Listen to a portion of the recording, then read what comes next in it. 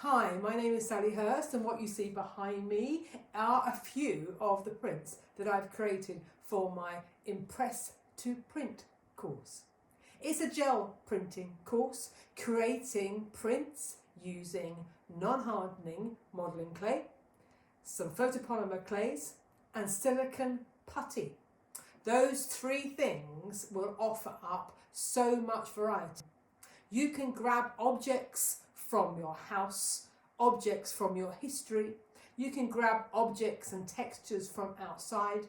You can grab textures from outside and bring them back into your studio to make creative textural plates. Those plates you will go on to use on your gel plate or print them in relief, a bit like lino. I've had a ball putting this one together and I really hope you enjoy it.